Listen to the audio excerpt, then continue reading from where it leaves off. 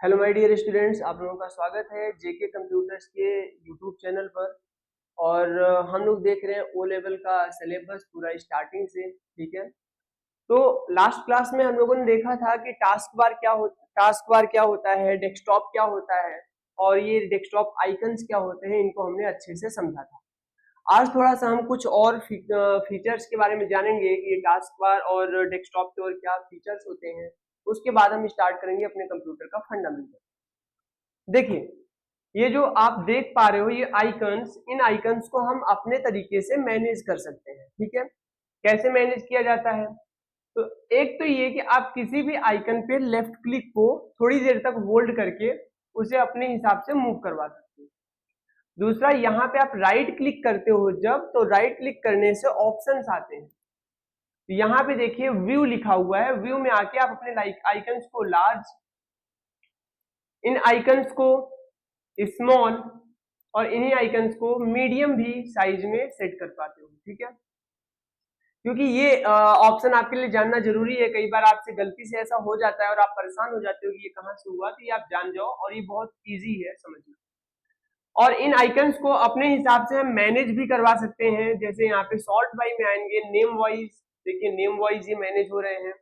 ठीक है, यहाँ पे साइज वाइज मैनेज हो रहे हैं। इस तरीके से आइटम टाइप के हिसाब से मैनेज हो रहे हैं। तो आप जिस तरीके से भी, यहाँ पे डेट मॉडिफिकेशन के हिसाब से मैनेज हो रहे हैं। तो ये आप जिस भी टाइप से चाहो अपने डेस्कटॉप के आइकन्स को मैनेज कर सकते हो। तो मैं नेम रख देता हूँ जिससे ये आइकन्स नेम वाइज मैनेज रहे। जिस पीसी फ्रंट पे रहता है तो अच्छा लगता है थोड़ा, तो ये स्टैंडर्ड रहता है। और ये रिफ्रेश बटन है, इसको रिफ्रेश किया जाता है कंप्यूटर को अच्छे से यूज करने के लिए। बीच बीच में हम रिफ्रेश करते हैं। ठीक है, अब हम बात करेंगे थोड़ा सा टास्क बार में ये जो आइकन्स दिख रहे हैं, जैसे ये क्रोम है, अभी ये यूज नहीं हो रहा, देखिए हाईलाइट नहीं है, उसके बाद भी ये टास्क बार में है क्योंकि इसे कहते हैं पिन करना। तो हमारा क्रोम क्या हो रखा है ना, पिन हो रखा है टास्क बार में। तो हम यहां से आएंगे, इसको राइट क्लिक करेंगे, तो देखिए यहाँ पे राइट क्लिक करना है उसी आइकन पे आके, और आपको यहाँ पे देखने को मिलेगा क्या, अनपिन फ्रॉम टास्क बार। जैसे ही मैं करूंगा अनपिन फ्रॉम टास्क बार, ये हमारा यहाँ से टास्क बार से रिमूव हो चुका है। अब ये कब दिखेगा? जब हम क्रोम का ऐप ओपन करेंगे। हमने क्रोम ओपन किया, अब ये यहाँ टास्क बार में दिखेगा, बट जैसे ही हम इसको क्लोज करेंगे क्रोम को, ये यहाँ से दिखना बंद हो जाएगा। दोबारा से हम पिन कैसे करेंगे यहाँ पर? तो हम यहाँ पे क्रोम का देखिए एक आइकन ऑलरेडी बना हुआ है, इसी आइकन को ओपन करते हैं डबल क्लिक करके। ये शॉर्टकट से हमने ओपन कर लिया और यहाँ पर ओपन होने के बाद आना है, दो बार ओपन हो गया है, हाँ आना है, राइट क्लिक करना है अगेन और यहाँ करना है पिन टू टास्क बार। जैसे हम करेंगे दोबारा से पिन टू टास्क बार, ये आइकन अब देखिए क्लोज करने के बाद भी आपके टास्क बार में पिन हो चुका है। ये थोड़ा सा बेसिक सिस्टम था, बेसिक कह सकते हो कि डेस्कटॉप और टास्क बार का, जिसको हम लोगों ने समझा। ठीक है, अब हम आएंगे अपने कंप्यूटर के आगे के फंडामेंटल पे कि कंप्यूटर क्या है, उसे क्लियर करते हैं। ये हमने समझा था और इसे थोड़ा सा हम अभी और डीप में समझने वाले हैं अच्छे से।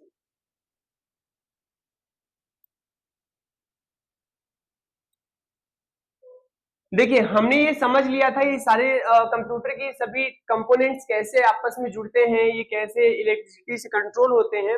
अब हम बात करने वाले हैं कि ये जो सीपीयू है, हमने कहा था सीपीयू के बारे में हम डिटेल में आगे डिस्कशन करेंगे। तो आज की वीडियो में हम सीपीयू के बारे में डिस्कशन करेंगे डिटेल में। यहाँ आप देख पा रहे हो सीपीयू के अंदर बहुत से कंपोनेंट्स हैं, कोई एक कंपोनेंट नहीं, बहुत सारे कंपोनेंट्स हैं जो लगे होते हैं। ठीक है, और ये जिस डब्बे को अभी तक आप सीपीयू जानते थे, ये डब्बा सीपीयू नहीं कहा जाता, इसको कहा जाता है कैबिनेट। और इसका काम सीपीयू में जितने भी डिवाइसेस यूज होते हैं या फिर जितने भी कंपोनेंट्स हैं जो मदरबोर्ड से जुड़े होते हैं, ये मदरबोर्ड है। इस मदरबोर्ड से जितने भी कंपोनेंट जुड़े होते हैं, इन सभी कंपोनेंट को कंट्रोल करना, मतलब उनको मैनेज करना, एक जगह मैनेज करके रखना, इसका ये किसका काम है? कैबिनेट का। अब देखिए, मदरबोर्ड के सारे जो अलग अलग पोर्ट पिन दिखाई दे रहे हैं ना, ये अलग अलग कंपोनेंट्स को जोड़कर रखने के लिए। ठीक है, 1 मिनट। ठीक है, अब देखिए हम एक एक कंपोनेंट को अच्छे से समझते हैं। ये है मेन हमारा सीपीयू मतलब प्रोसेसर। तो कंप्यूटर का ये जो पूरा डब्बा सीपीयू जाना जाता है ना, वो दरअसल इसी के नाम से जाना जाता है। ये छोटा सा चिप है, ये इतनी ही बड़ी होती है साइज में, इससे ज्यादा बड़ा नहीं होता।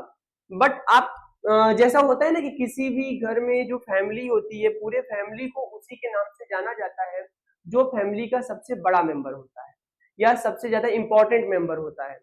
इसी तरीके से ये जो सीपीयू की फैमिली है, जिसमें ये सारे कंपोनेंट्स उसके फैमिली मेंबर्स हैं, ये सीपीयू सबसे इंपॉर्टेंट पर्सन है इस पूरी फैमिली का।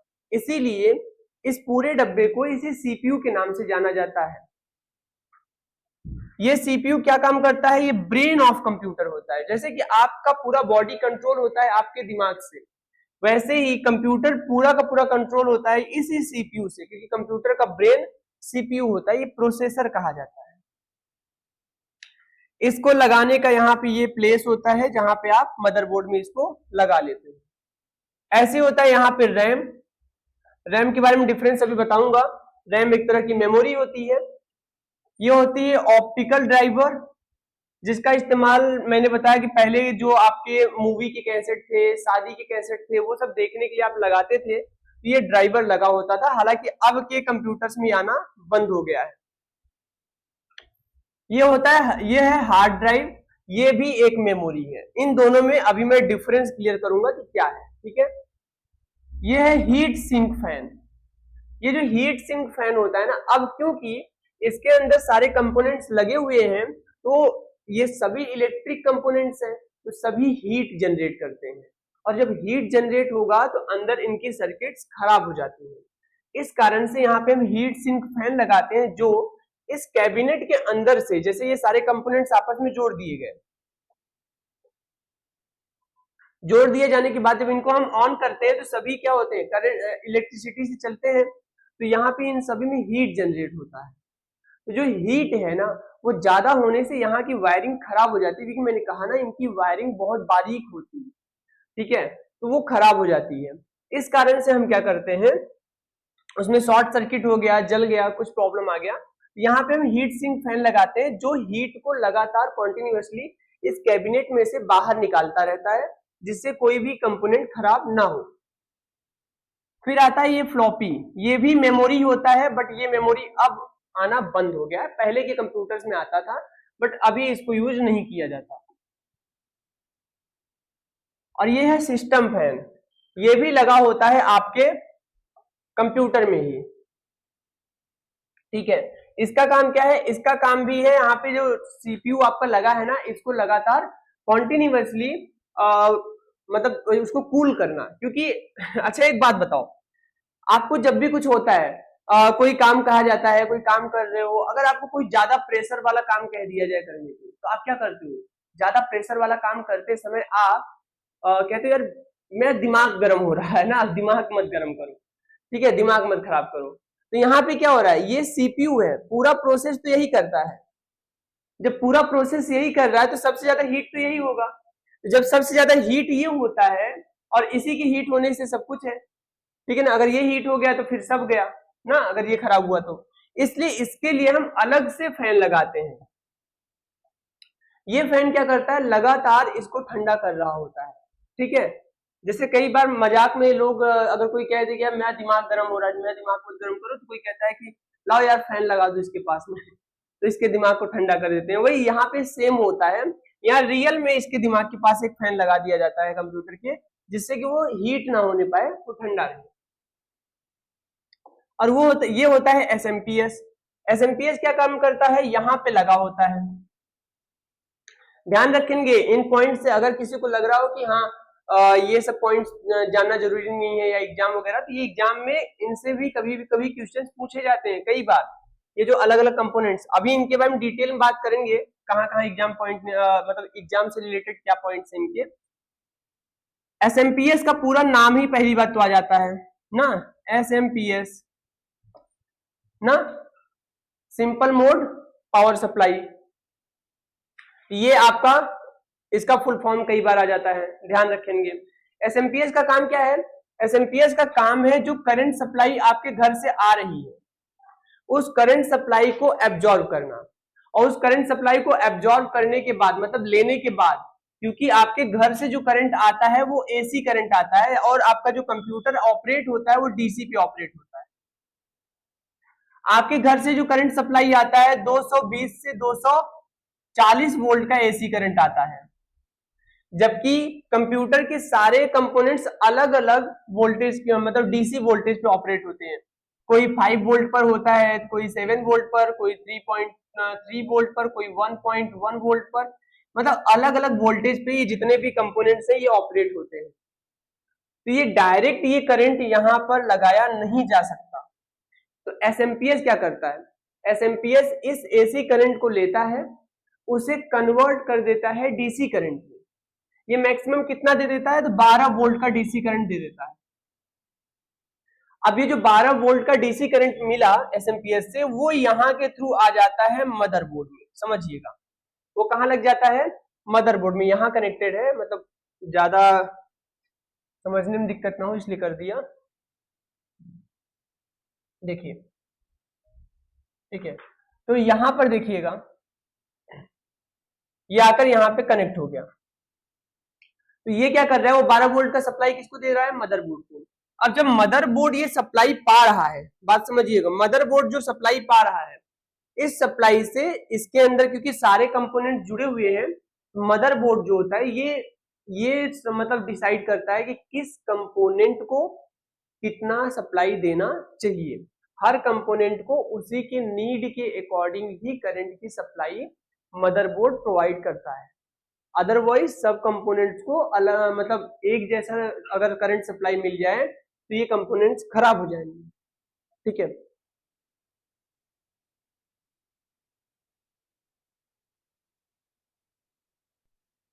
समझ में आई बात आप लोगों को।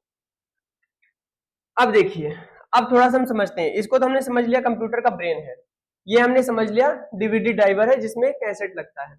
हम थोड़ा सा हार्ड डिस्क को और रैम को थोड़ा सा डिफरेंस क्लियर करेंगे, ठीक है, क्योंकि हमने अभी सारे कंपोनेंट्स को समझ लिया है।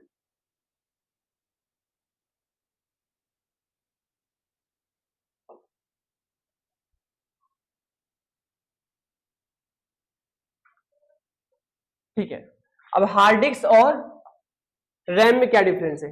हार्ड डिस्क और रैम में ये डिफरेंस है ना, अभी बेसिक समझ रहे हैं, आगे हम लोग मिलेंगे, आगे हम लोग को मिलेगा ये सब, ठीक है, तो हम डिटेल में समझेंगे।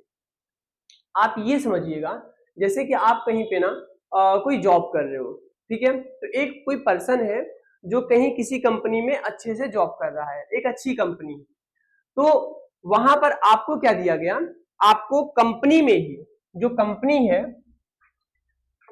समझिएगा, कंपनी में यहां पर उसका क्या है, ऑफिस है, और ये बड़ा सा ग्राउंड कंपनी का ये पूरा पूरा बाउंड्री किया हुआ एरिया है, और यहाँ पे कंपनी ने एक पूरी बिल्डिंग बना रखी है जिसमें अलग अलग फ्लोर्स हैं, और ये सारे फ्लोर्स क्या हैं, लोगों के लिए, ठीक है ना, मतलब उनके एम्प्लॉयज के लिए है। हर एम्प्लॉय को उसने एक रूम दे रखा है आराम से वहां पे रहने के लिए। और जो ऑफिस है ना, इस ऑफिस में उनके पास मान लेते हैं 20 सिस्टम्स हैं, और जितने भी एम्प्लॉय हैं उनके पास, उन सभी एम्प्लॉयज को वो शिफ्ट वाइज बुलाते हैं। फर्स्ट शिफ्ट में अगर वो बुलाते हैं 20 एम्प्लॉय को तो काम आसानी से हो जाएगा। सेकेंड शिफ्ट में भी 20 को बुलाएं तो भी काम आसानी से हो जाएगा। थर्ड में अगर 20 एम्प्लॉयज को बुलाएं तो भी काम आसानी से हो जाएगा। लेकिन आप अगर समझिए, वो एक शिफ्ट में ही अगर 40 एम्प्लॉय को बुला ले, तो एक शिफ्ट में अगर वो 40 एम्प्लॉय को बुला ले तो क्या उनके ऑफिस में काम अच्छे से हो पाएगा। उनके पास सिस्टम केवल 20 है और वो बुला कितने एम्प्लॉयज को रहे हैं, 40 एम्प्लॉयज को रहे हैं, तो काम अच्छे से नहीं हो पाएगा। उन्हें सिस्टम आपस में शेयर करना पड़ेगा, उन्हें वो प्लेस जहां पे काम करना है वो प्लेस आपस में शेयर करना पड़ेगा, और दोनों ही अच्छे से वर्क नहीं कर पाएंगे। ये ऑफिस ही है रैम। ऑफिस क्या है, रैम। और वो एम्प्लॉयज कोई और नहीं है, वो एम्प्लॉयज है सॉफ्टवेयर्स। जब हम सॉफ्टवेयर्स को काम करने के लिए, जब हम कोई किसी सॉफ्टवेयर पे डबल क्लिक करते हैं या उसको ओपन करते हैं, वो सॉफ्टवेयर ना रैम में आता है। किस लिए, अपने काम को करने के लिए ऑफिस में आता है, क्योंकि एम्प्लॉय घर से काम नहीं करेगा, कहां से करेगा, ऑफिस में आके करेगा। तो जब वो ऑफिस में आएगा, और ऑफिस का ये हाल है कि वहां पे क्या करना है, वर्किंग प्लेस को क्या करना है, शेयर करना पड़ेगा, वो अपने काम को अच्छे से नहीं कर पाएंगे। तो यहाँ पे लेकिन मैंने क्या किया, या कंपनी ने क्या किया, कंपनी ने सिस्टम लगवा दिए 50। कितने सिस्टम लगवाए हैं, 50 सिस्टम लगवाए हैं। अब उनके पास एम्प्लॉय कितने, अब उनके पास उन्होंने एम्प्लॉय बढ़ा दिया, हर शिफ्ट में उन्होंने 40 एम्प्लॉय रख दिए। तो क्या उनके काम में रुकावट आएगी? भाई आप खुद सोचो, उनके पास सिस्टम है 50 और एम्प्लॉय कितने हैं, एम्प्लॉय है 40 एक शिफ्ट में, उनके काम में कोई रुकावट नहीं आएगी। अगर गलती से कोई सिस्टम खराब भी हो जाता है तो 10 सिस्टम एक्स्ट्रा में पड़े हुए हैं, वो एम्प्लॉय जाके अपना काम उस सिस्टम पे कर सकता है। मतलब काम में कोई भी रुकावट आने वाली नहीं है।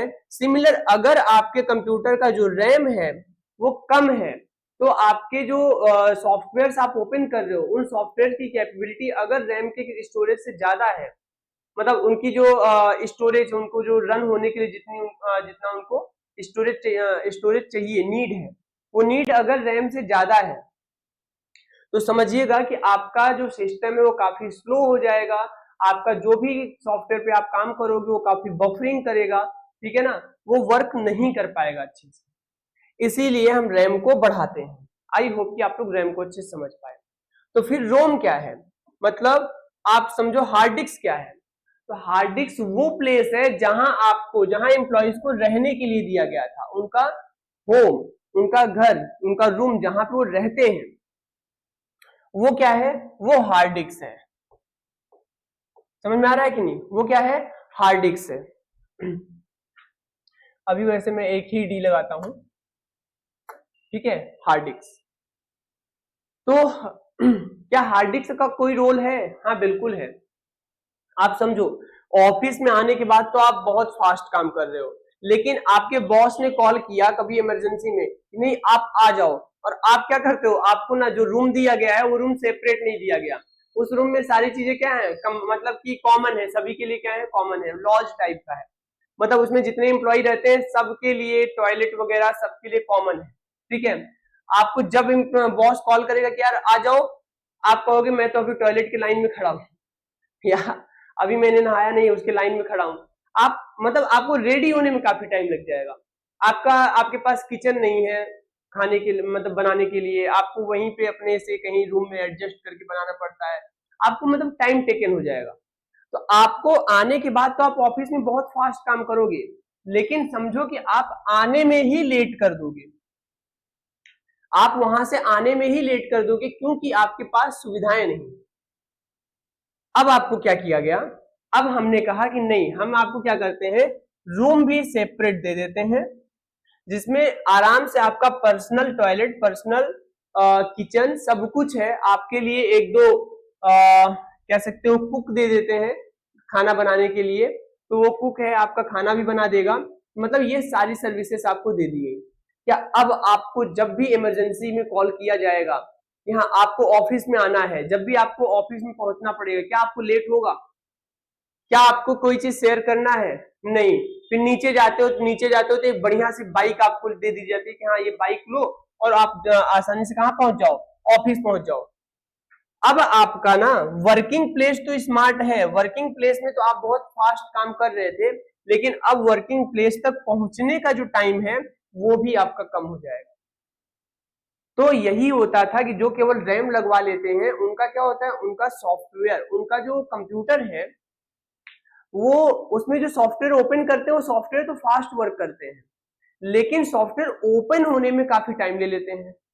उनका जो स्टार्टिंग में जो कंप्यूटर को ओपन करते हैं, कंप्यूटर ऑन करते हैं अपना, तो उस समय पे उनका जो विंडोज है, मतलब पूरा एक विंडोज का मतलब क्या है, उनका सबसे बड़ा सॉफ्टवेयर ऑपरेटिंग सिस्टम, विंडोज तो मैंने कंपनी का नाम ले लिया, विंडोज कंपनी का ऑपरेटिंग सिस्टम। तो जो उनका ऑपरेटिंग सिस्टम है वो एक सबसे बड़ा, कंप्यूटर का सबसे बड़ा और सबसे इंपॉर्टेंट सॉफ्टवेयर होता है, जो कंप्यूटर को जब ऑन करते हैं तब लोड होता है। उसको लोड होने में कितना टाइम लगेगा भाई, क्योंकि सबसे बड़ा है तो उसको काफी टाइम लगेगा। क्यों? क्योंकि आपका प्लेस जो आप मतलब उनका जो होम प्लेस है, जहां पर सॉफ्टवेयर पहले से है, जहां से वो लोड हो रहा है, वो काफी स्लो है, उसके पास कोई सुविधा नहीं है। अब हमने सुविधाएं दे दी, अब उसको लोड होने में टाइम नहीं लगेगा। इसका मतलब अब रियलिटी में आपका कंप्यूटर फास्ट हो चुका है। अब आपका कंप्यूटर ओपन भी बहुत फास्ट होगा, अब आपके कंप्यूटर के सभी एप्लीकेशंस बहुत फास्ट ओपन होंगे और उसके बाद वो काम भी बहुत फास्ट करेंगे, मतलब अब काम करने के लिए रेडी भी बहुत फास्ट होंगे और काम भी बहुत फास्ट करेंगे। ये दोनों मिला करके आपका कंप्यूटर बहुत फास्ट हो जाते हैं। इनमें क्या ऐसा कौन सा है तो जो लॉज वाला, अब ये डिफाइन कैसे होगा कि कौन सा हार्ड डिस्क है जो कि लॉज वाला है और कौन सा आपका सुपर वाला है। तो यहाँ पे HDD होता है, अगर आपने अपने कंप्यूटर में HDD लगा रखा है तो ये वही लॉज है जिसमें सारी चीजें, समझ गए ना आप लोग, कॉमन है। और ये है SSD।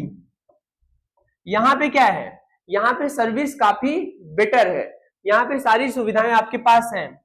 अगर आपको अपने कंप्यूटर को फास्ट करना हो तो आप अपने कंप्यूटर में मेन स्टोरेज के तौर पे SSD लगवा लेना और रैम को मिनिमम, अगर आपके यूज पे है कि आपको यूज कैसा है, बट फिर भी जो नॉर्मल यूज में मान के चल रहा हूं उसके हिसाब से आप यहाँ पे 8 GB तक का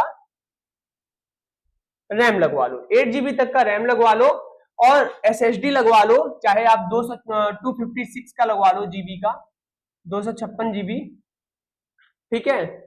उसके बाद आप हार्ड डिस्क लगवा सकते हो। हार्ड डिस्क किसके लिए, तो हार्ड डिस्क लगवा सकते हो आप अलग से, HDD लगवा सकते हो अलग से, आपको कोई मूवी वीडियो वगैरह रखना है उसके लिए लगवा सकते हो।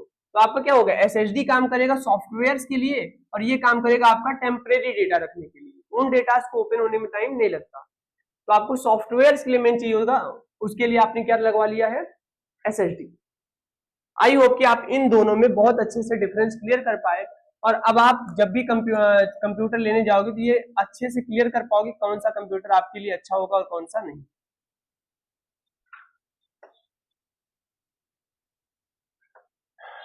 ओके,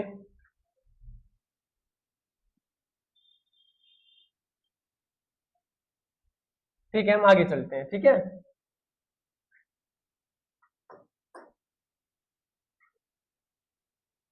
अब देखिए ये सारे कंपोनेंट जब हमारे कैबिनेट में लगा दिए गए, फिट कर दिए गए, तो ये कुछ ऐसा दिखेगा। ये जो है ना, ये चैम्बर है, समझिएगा, ये डीवीडी चैम्बर है। मैंने कहा ये जो डीवीडी ऑप्टिकल ड्राइवर आता था ना, ड्राइव आता था, ये यहीं पर लगाया जाता है और यहाँ पे ये पेज से टाइट कर दिया जाता है जिससे कि ये ऊपर नीचे ना हो या गिरे ना। और यहाँ पे आपका सामने बटन मिल जाता है, इसका बताया ही था आपको। ये देखिए यहाँ पे बटन ऑन करोगे, यहाँ से डीवीडी ड्राइवर बाहर आएगा, उसमें आप कैसेट लगाओगे, काम कर जाएगा।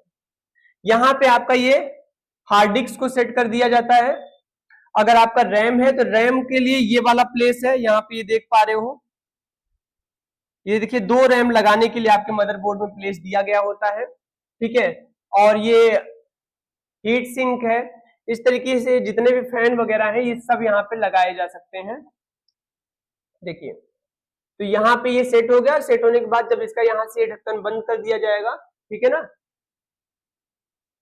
तो उसको बंद करने के बाद ये फ्रंट से ऐसा और बैक से कुछ ऐसा दिखेगा। फ्रंट के बारे में मैंने समझाया था कि ये ऑडियो जैक, ये रीस्टार्ट बटन, ये इंडिकेटर है, ये स्टार्ट बटन है जिसका यूज करके आप कंप्यूटर को ऑन कर सकते हो, ठीक है ना। और रीस्टार्ट बटन तब यूज किया जाता है जब कंप्यूटर आपका रुक गया हो चलते चलते, तो आप रीस्टार्ट से उसको अगेन स्टार्ट करते हो। ये यूएसबी पोर्ट है जिससे आप अपने माउस को और स्पीकर को पावर दे सकते हो, ठीक है।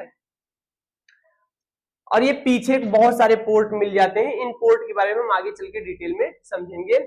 यहाँ पे एक अलग से फैन लगा सकते हो, ये वाला एरिया आपको जो दिख रहा है ये वही हीट सिंक फैन है। बट ये हमारा अगर नॉर्मल कंप्यूटर होता है ना तो उसमें हमें ये फैन लगाने की जरूरत नहीं होती, जैसा कि इसमें आप देख रहे हो नहीं लगा हुआ है। तो नॉर्मल कंप्यूटर्स में लगाने की जरूरत नहीं है जो पर्सनल कंप्यूटर होते हैं। बट अगर आप उसी पर्सनल कंप्यूटर में गेमिंग करना चाहते हो, आप अच्छे लेवल पे, हैवी लेवल पे उसमें एडिटिंग करना चाहते हो, ठीक है ना, तो वहां पे ग्राफिक्स का काम करना है तो आपको यहाँ पे हीट सिंक की जरूरत पड़ेगी, क्योंकि वो काफी ज्यादा हैवी हीट, वहां पे जो हीट है वो काफी ज्यादा होती है और उस हीट को निकालने के लिए आपको एक एक्स्ट्रा फैन की जरूरत पड़ती है। हालांकि जो बहुत बड़े गेमर्स वगैरह होते हैं तो वो सब तो इसको बंद ही नहीं करते, इसका ये जो यहाँ से ओपन है ना, इसका कैप लगाते ही नहीं है, ठीक है, ताकि वो हीट बाहर निकलता रहे, बस फैन लगाते हैं। लेकिन आपको ऐसा करने की जरूरत नहीं आपके केस में, क्योंकि आपका इतना हैवी वर्क नहीं है तो आपका कंप्यूटर चलेगा विदाउट फैन भी चलेगा, आपका थोड़ा हैवी वर्क होता है, गेमिंग वगैरह होता है, तो आपको यहाँ पे एक और हीट सिंक फैन लगाना पड़ता है, क्योंकि यहाँ पे एक फैन पहले से लगा हुआ है। ये जो आपका आप देख रहे हो ना यहाँ पे ये SMPS, इसे SMPS कहते हैं, तो शॉर्ट मोड पावर सप्लाई।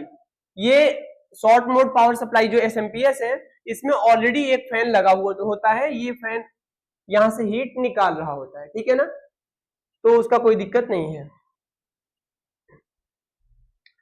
उसी को यहाँ पे SMPS में कभी कभी एक पावर बटन भी आता है, तो SMPS पे डिपेंड करता है, किसी SMPS में होता है किसी में नहीं होता है। ये बाकी का जैसे वाईफाई राउटर वगैरह कनेक्टर वगैरह लगवाना हो तो यहाँ पे आप लगवा सकते हो, ठीक ना, सॉरी वाईफाई एंटेना कनेक्टर्स वगैरह यहाँ पे लगाना हो तो आप लगा सकते हो, इतना चैम्बर आपको यहाँ पे जगह दिया जाता है। अब हम बात करते हैं वो डेस्कटॉप एरिया की जिसकी हमने स्टार्टिंग में भी बात की थी। ये डेस्कटॉप एरिया क्या, ये जो पूरा स्क्रीन आपको दिख रहा होता है, ये जिसमें हम लोग अपना काम कर रहे हैं ना, दिख रहे हैं, ये क्या है, डेस्कटॉप एरिया है। इस डेस्कटॉप एरिया पे जब आप ये कोई चीज ओपन करते हो, इसको ओपन विंडो बोलते हैं। कोई फाइल का विंडो ओपन है तो ये ओपन विंडो कहा जाता है। ये सब आइकन्स हैं, यहाँ पे आप देख सकते हो, यहाँ पे टास्क बार है, ये सर्च बार है टास्क बार में, और ये पिन किए गए एप्स है जैसा कि मैंने अभी थोड़ी देर पहले बताया, और ये सिस्टम ट्राई है। जो ऑपरेटिंग सिस्टम्स है ना, ये विंडोज ऑपरेटिंग सिस्टम है। ऑपरेटिंग सिस्टम कितने टाइप के होते हैं, क्या होते हैं, मैं आपको आगे डिस्कस करेंगे हम लोग उसमें ना, ऑपरेटिंग सिस्टम के टॉपिक में। अभी के लिए बस इतना समझिए, आइए अभी के लिए बस इतना समझिए कि ये विंडोज का ऑपरेटिंग सिस्टम है। विंडोज कंपनी ने जितने भी ऑपरेटिंग सिस्टम लॉन्च किए हैं, उन सभी ऑपरेटिंग सिस्टम्स के लिए की जो पहचान होती है वो ज्यादातर टास्क बार से की जाती है। तो ये जो टास्क बार है ना, सभी ऑपरेटिंग सिस्टम्स के थोड़ा सा डिफरेंट देखने में होते हैं। तो विंडोज का जो पहला ऑपरेटिंग सिस्टम था वो विंडोज 95 है, उसका टास्क बार कुछ ऐसा दिखता था। जो विंडोज ने XP नाम का टास्क बार लॉन्च मतलब ऑपरेटिंग सिस्टम लॉन्च किया था, उसका टास्क बार कुछ ऐसा दिखता था। अभी विंडोज 7 कई जगहों पर देखने को मिलता है, एजुकेशन मतलब इंस्टीट्यूशंस में, अदरवाइज वैसे ऑफिशियल वर्क में देखने को नहीं मिलता, लेकिन जो एजुकेशन इंस्टीट्यूशंस है तो वहां पे आपको ये विंडोज 7 का टास्क बार अभी देखने को मिल जाता है। ये 7 है। ये विंडोज 8 आया था। विंडोज मतलब ऑपरेटिंग सिस्टम उसका जिसके थ्रू पूरा कंप्यूटर ऑन होता है ना, जो मेन सॉफ्टवेयर है। तो विंडोज 8 का ऑपरेटिंग सिस्टम कुछ ऐसा दिखता है। विंडोज 10 का ऑपरेटिंग सिस्टम कुछ ऐसा दिखेगा। 10 के बाद 10 को थोड़ा सा मैंने यहाँ पे डिफाइन किया अच्छे से कि विंडोज 10 में ये स्टार्ट बटन होता है। अभी आपको ज्यादातर जगहों पे विंडोज 10 ही देखने को मिलेगा। हमारे कंप्यूटर में जो इंस्टॉल है वो भी विंडोज 10 ही है, ठीक है। और जो एकदम परचेस किए हुए नए कंप्यूटर्स होते हैं उनमें विंडोज 11 देखने को मिलता है। ये देखिए स्टार्ट बटन है, यहाँ पे ये सर्च बटन है। यहाँ पे आके आप किसी तरह का कोई सर्च कर सकते हो, कोई सॉफ्टवेयर सर्च करना है, कोई फाइल सर्च करनी है। ये यहाँ पे पिन किया गया एप्लीकेशन प्रोग्राम केवल एक ही किया गया है, और आप करना चाहो तो कर लो। ये व्यू ऑल नोटिफिकेशंस, जैसे कि हमारे भी इसमें दिया हुआ है, देख सकते हो आप, ये देखो। तो यहाँ पे ये नोटिफिकेशंस दिखा रहे हैं, बट जो नोटिफिकेशंस नहीं दिख पा रहे हैं, कम है, वो यहाँ पे आप आ जाते हैं, यहाँ से क्लिक करके और नोटिफिकेशंस को देख सकते हो, ठीक है। ये रहे बाकी के नोटिफिकेशंस, नोटिफिकेशन एरिया है ये पूरा। ये मैसेज नोटिफिकेशन होता है। अगर आपका नोटिफिकेशन मैसेज के फॉर्म में किसी सॉफ्टवेयर या किसी चीज के लिए आया, जैसे कोई सॉफ्टवेयर अपडेट आया हो किसी तरह का, तो वो सब आपको यहाँ देखने को मिलता है। और ये है डेट और टाइम, यहाँ से आप डेट एंड टाइम को देख सकते हो। ये क्लिक करोगे, यहाँ से आप चाहो तो अपने डेट एंड टाइम को मैनेज भी कर सकते हैं, ठीक है। हालांकि उसका डिस्कशन हम आगे करेंगे, ठीक है, बाद में। तो आपने देखा ये विंडोज 10 है, और ये रहा विंडोज 11। विंडोज 11 भी क्योंकि आ चुका है, मैंने कहा विंडोज 11 अभी सबसे लेटेस्ट ऑपरेटिंग सिस्टम चल रहा है विंडोज कंपनी का, ठीक है। ये माइक्रोसॉफ्ट कंपनी का है। ये यहाँ पे इसका कुछ ऐसा इंटरफेस देखने को मिलता है। कोई भी सॉफ्टवेयर यहाँ पे जिसका भी देखिए स्क्रीनशॉट यहाँ लगा हुआ है, जिनके टास्क बार का, उनके में ये सारे सॉफ्टवेयर देखिए यहाँ पे पिन करके रखे गए हैं आपके टास्क बार में। इनमें से जो भी हाईलाइटेड दिख रहे हैं, देखिए ये उस समय पे ओपन थे जब उन्होंने स्क्रीनशॉट लिया होगा, तो तो देखिए जो ओपन है और जो ओपन नहीं है वो दोनों अलग अलग तरीके से दिख रहे हैं। जो ओपन है वो नीचे अंडरलाइन करके हाईलाइट हुए हैं और जो नहीं है उनमें हाईलाइट नहीं हुआ है। बाकी की चीजें सेम है, स्टार्ट बटन है, ये सर्च बटन है, यहाँ पे ज्यादा नोटिफिकेशन देखने के लिए, ये सारी चीजें सेम है। ये थोड़ा उसी के मैनेज किए गए अलग अलग डिफरेंट डिजाइन है, मतलब आपको वहां पे कुछ ऑप्शंस मिल जाते हैं जिससे कि आप टास्क बार को अपने इस तरीके से डेकोरेट या फिर अपने हिसाब से मैनेज कर सकते हैं। ठीक है, आई होप कि यहाँ तक की क्लास आपको समझ में आई अच्छे से।